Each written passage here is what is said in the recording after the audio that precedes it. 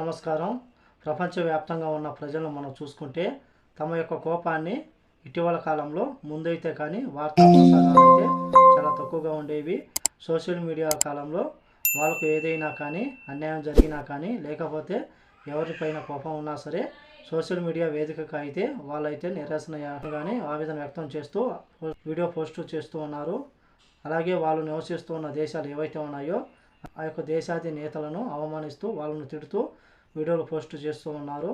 అలాగే దీనికి సంబంధించి ఇండియాలో కూడా మనం చూసుకుంటే ఇటీవల కాలంలో ఎవరైనా సరే విదేశాలలో ఉండి ఇండియాలో ఉన్న రాజకీయ నాయకులను కానీ ప్రధానమంత్రిని కానీ ముఖ్యమంత్రిని కానీ ఎవరిని తిట్టినా సరే ఎయిర్పోర్ట్లో దిగగానే అరెస్ట్ చేస్తూ ఉన్నారు.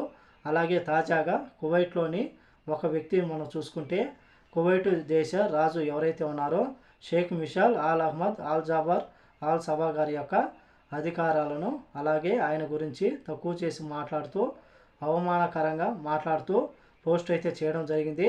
అలాగే దీనిని పరిశీలించిన మినిస్ట్రీ ఆఫ్ ఇంటీరియర్ ఆ యొక్క వ్యక్తిని అదుపులోకి తీసుకుని అరెస్టు చేసిన తర్వాత కువైట్ కోర్టు ముందు హాజరుపరచగా కువైట్ రాజు యొక్క అధికారాలను ప్రశ్నించినందుకు అలాగే ఆయన్ను అవమానపరుస్తూ మాట్లాడినందుకు రెండు సంవత్సరాల కఠిన కారాగార శిక్ష విధిస్తూ సంచలన తీర్పు ఇచ్చింది.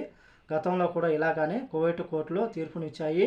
కాబట్టి కువైట్ మరియు ఇతర దేశాలలో నివసిస్తూ ఉన్న మన భారతీయులు ఎవరైతే ఉన్నారో వీరు ఇండియాలో ఉన్న ఎవరి నాయకులను కానీ ఇతరులను తిట్టడం వల్ల వాళ్ళు కానీ పోలీసులకు ఫిర్యాదు చేస్తే మీరు ఎయిర్పోర్ట్లో దిగగానే మిమ్మల్ని అయితే అరెస్టు చేసే అవకాశం ఉంటుంది.